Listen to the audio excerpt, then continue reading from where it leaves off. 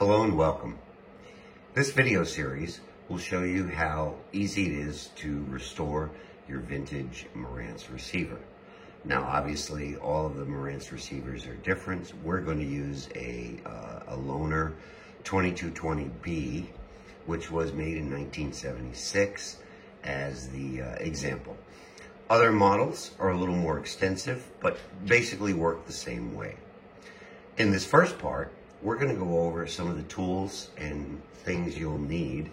I do this on a regular basis, so some of my tools are a little more extensive than what the average user would use, simply because ease of use. Okay, so we'll move over to the tools section, and you'll see I have a variety of tools depicted here. Okay, some of the most common tools you'll need when you're working on this, and I have a little bit more than probably the average person, but you'll definitely need some screwdrivers. It's always good to have a wire stripper and also a wire nipper, because you'll need to clip the leads that come through the PCB board when you replace them. As you can see, I have a headset with a light that's a magnifier. The light allows me to see close up, depending on your eyes.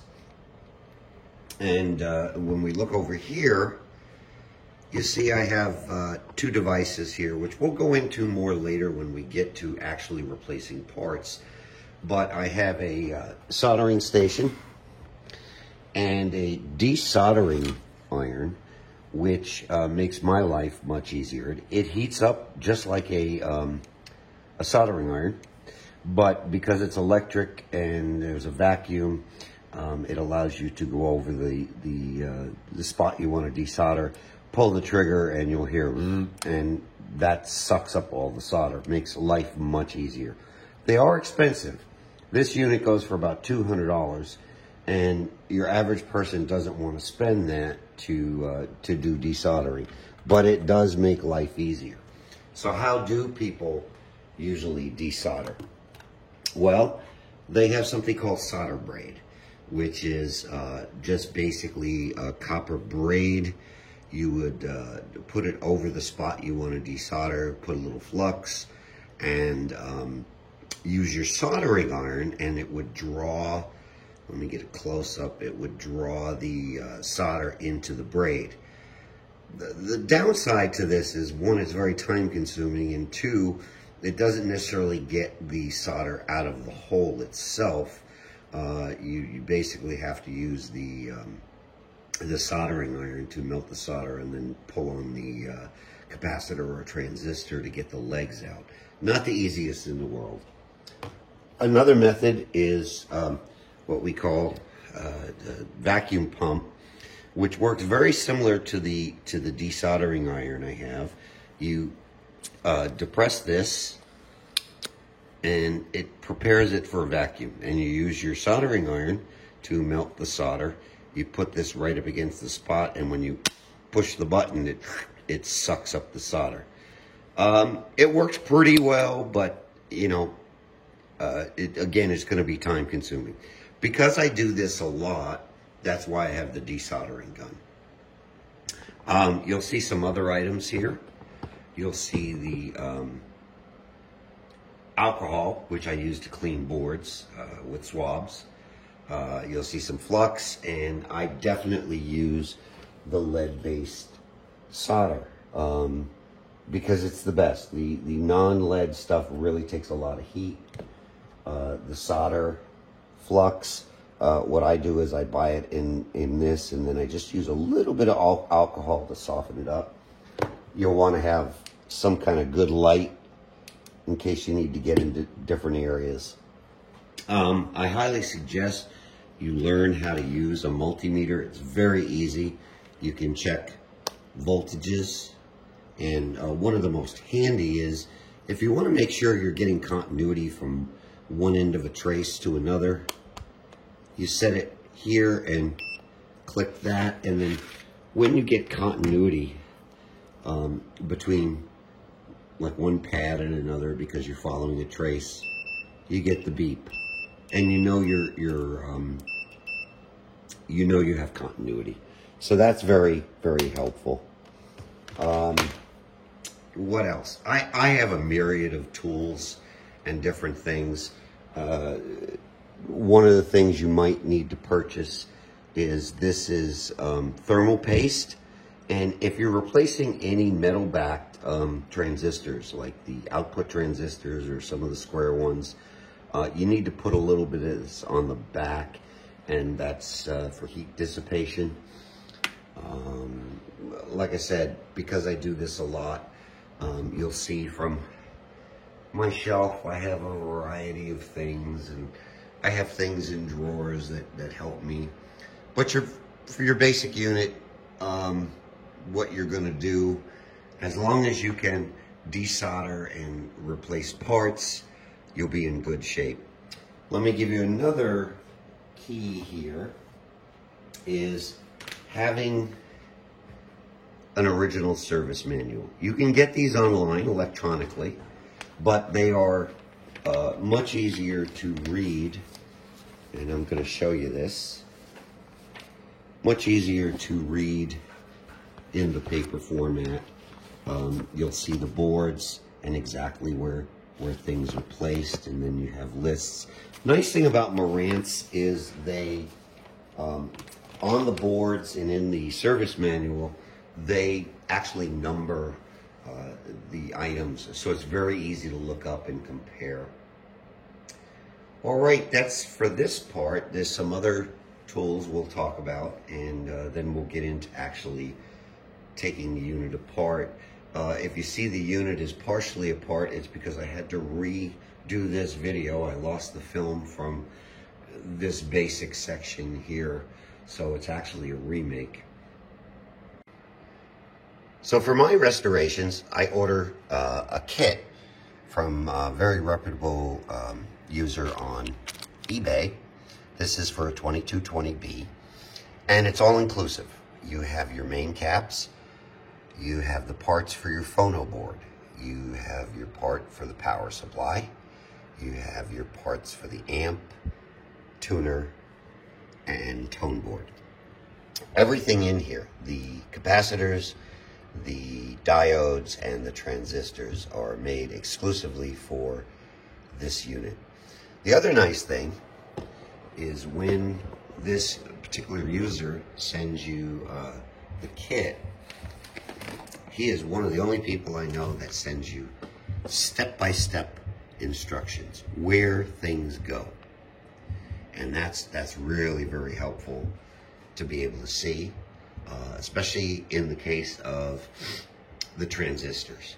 For the capacitors, the electrolytics, it's very easy to see that, you know, the UF ratings would match what you're taking out, but for the and in most cases they have a higher voltage, which is better for them. So I've cleaned off the bench, and just one other tip: it's always good to keep some little boxes around for your parts, screws and things like that, and you know, understand what goes where. Very easy to mix things up or have them get lost if you don't have some little things.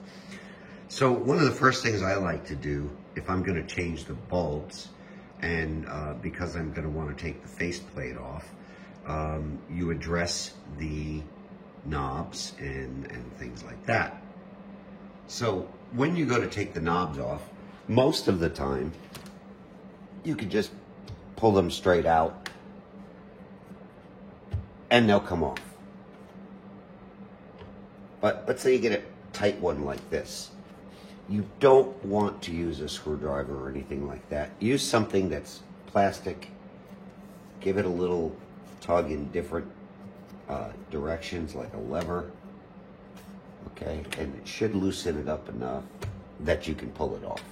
You see, I didn't have to do a lot to pry it off. That one comes off. And this one might be a little stickier. And by the way, I noticed on these, see, I'm going to use the plastic here to give it a little lift in different sides. Let's see if that loosened it enough. You never want to use pliers or anything like that, or anything metal, because you'll scrape up the faceplate. Just give it a little push to get it going. And there's easier tools than this one. I just didn't, yeah, see? It all came off. Okay, so now you've got the knobs off. You can take the balance slider right off. And now you'll see that the center has a little lock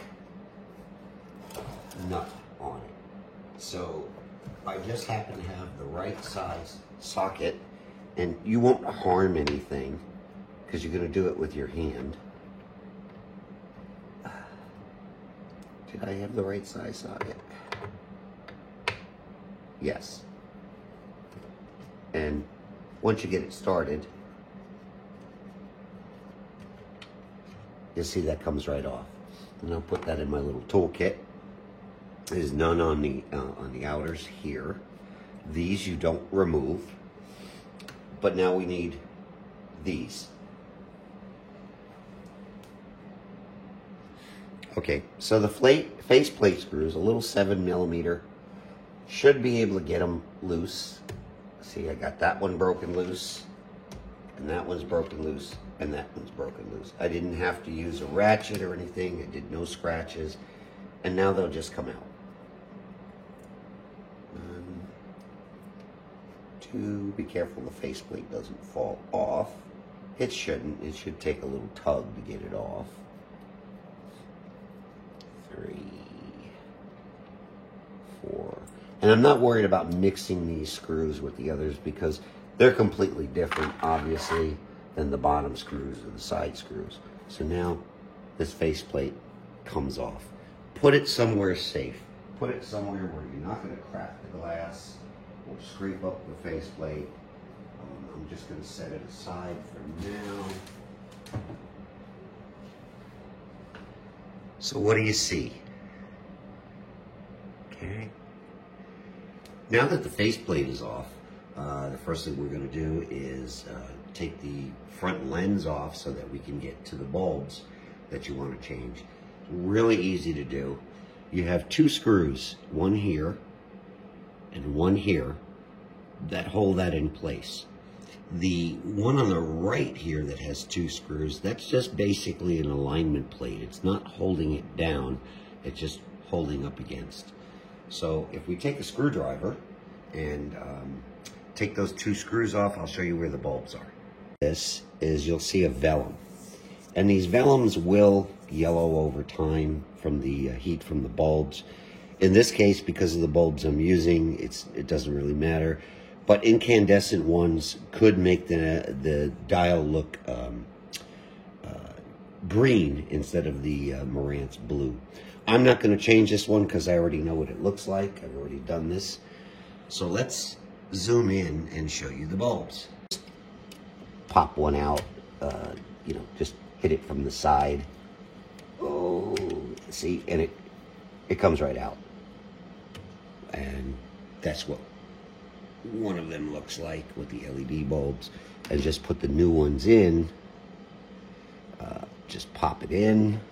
Make sure it's facing forward. This one's not, of course.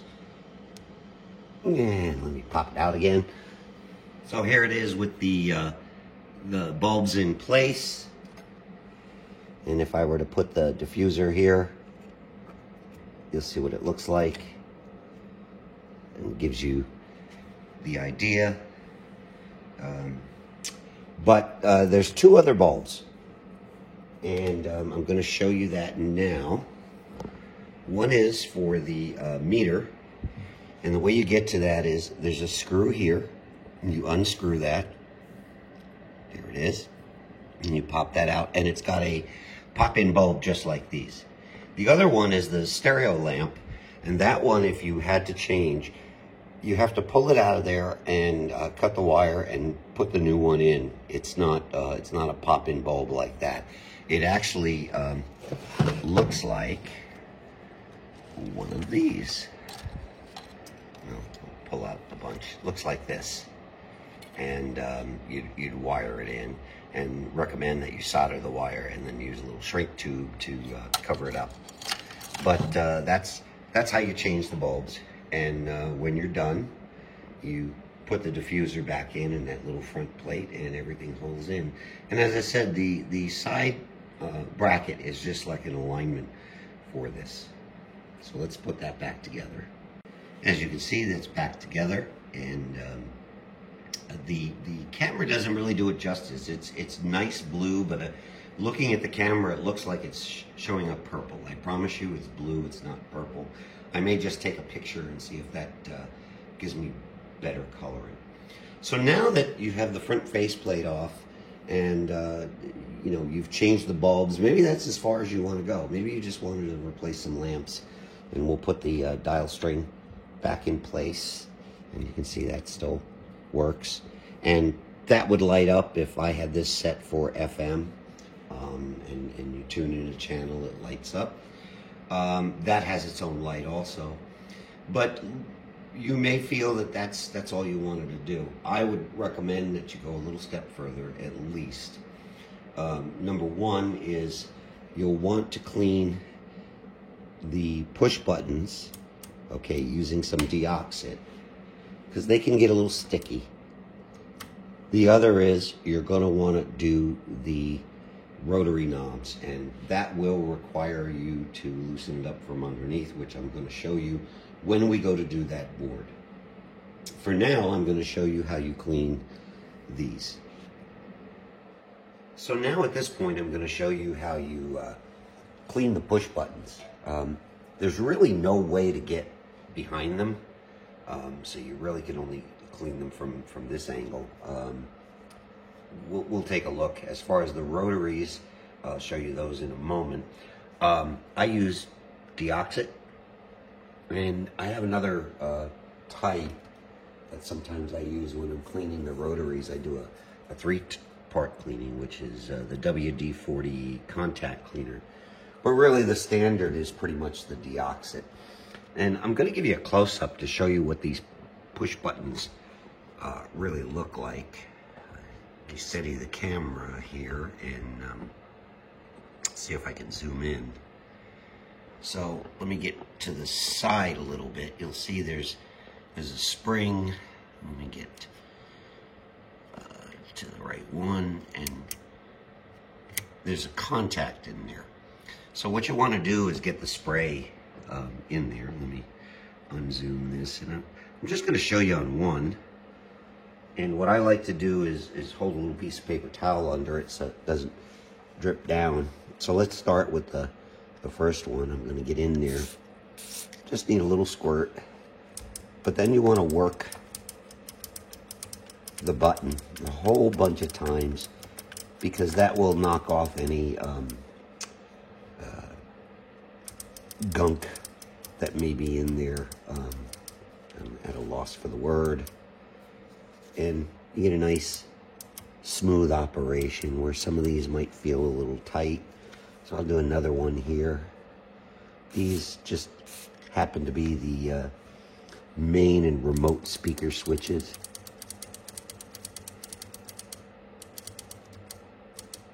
And you can see where they'd be a little sticky. You can always spray a little more, but those should be good. I'm not going to show you all of them, but I want to show you another piece here. Cleaning those to get the grime off of them.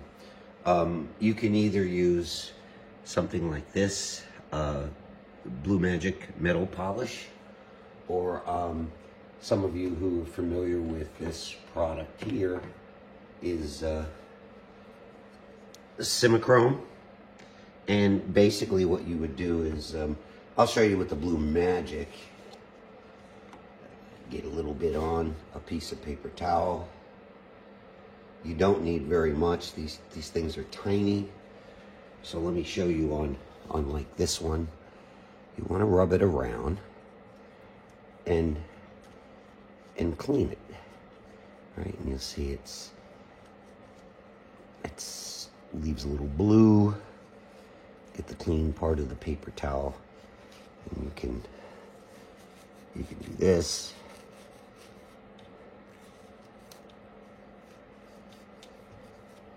And that is nice and shiny now, very clean. To give you a comparison, I'm going to show you the two of them there.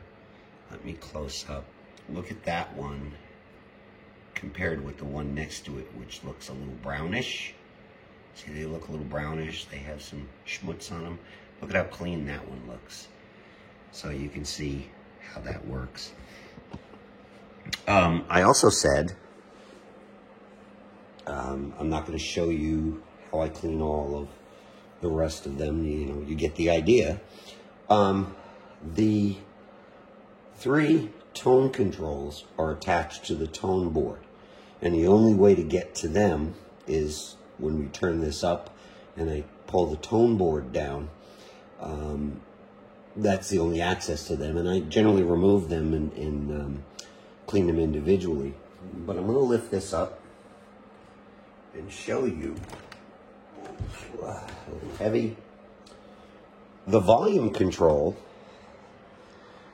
is accessible. You can clean that one without having to remove the tone board. And the same thing with the selector. Okay, so with those, and this is very important. Okay, so what's important here is we're going to spray inside the potentiometer, the pot for the volume. But that's not all. Okay, what you want to do is get one of the knobs and put it on there. And I'm going to take this paper towel that I used before, and I'm going to slide it in here so that we don't get a lot of overspray into the rest of it. It's not going to harm anything, but, you know, why be messy? So I'm going to spray it in those slots. Okay. And then what you have to do is work this back and forth, and I can feel resistance. Okay, so I'm working this back and forth, and let me see if this is on the camera. Yeah. You might have to do this like 50 times. Work it, work it, work it. And you'll start to feel after like the first 20 or 30 times, it's starting to become very easy to turn. Still not there yet now. Might add a little more of the deoxit. Okay. And it's getting there. And you can even, on the front part here, where it goes in, just a little spritz there. Get this back on there. Clean that up, the excess with paper towel. Get the knob back on there. And oh yeah, that is really starting to turn nice. And what that cures is a lot of times your volume knob will, as you turn the knob, you'll get channels going in and out because there's stuff. And I'm just so lost for words tonight. Oh yeah, this is turning so nice now compared to no resistance. You know, you can almost spin it, but you just keep going. 100 times. You know, more is better because you're freeing it up. And we're going to do those on the others, but I wanted to show you on one of the most important ones, the volume knob. And it generally tends to be the one that gets the most clogged because it is the one that gets the most use. Think about it. You know, how often do you change the bass and the treble and things like that in comparison with working the volume? Oh yeah, that is like so sweet now. That is really awesome. Still have a little blue magic on the end of this one. Okay, so now you can do the same in putting the knob on the selector switch. Let me get it in there so it's not boogering up the threads. I don't know if you can see that. Let's zoom in on this. And the selector switch is a little more challenging. What the selector switch has is a bunch of little indentation on metal pads, some ball bearings. So you want to be careful with this one. You don't want to go crazy, but you do want to clean it. And I'm just gonna, this one's very tight. And I'm just giving it a whole bunch of turns. I'm gonna put this paper towel in here. And again, spray it up. I'll spray the outer bit there. And that one's not going to be loose like the volume pot would be, because this one has detents in it versus, you know, the linear kind of volume control. But we're just making sure that it's clean so that you don't have a dead channel kind of situation. I can take that out now and just clean this up. And you can see from the back side here why it would be just about impossible to get those push buttons from the back side. They're like well beyond here, so that's why you have to do them from the front. And I'm still going to be turning this selector knob a whole bunch of times. You can get in there with a magnifier and a light. I can put it halfway between selections, because you'll see something open up and it's much better now. Okay, so that's that. One other piece I wanted to cover is after you've cleaned the potentiometers, in this case it's the volume and the lower selector, is this secondary product, Deoxit Fader Lube, which is, we've removed the oxidation using the Deoxit, but you want to protect these and keep them from oxidizing, keep them moving well. And again, we're going to work that in. Oh, this is, the volume knob on this is just amazing, how loose it is compared to where it was. And we're going to do the same thing. Let me move the camera down in the, let me put the paper towel under there to catch any extra. We're going to do the same on the selector switch. Get that knob on there a little bit. Get this in the seams so it moves well.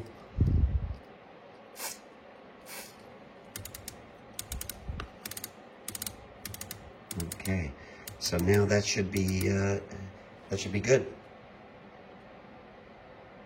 And that's going to end this set of the videos.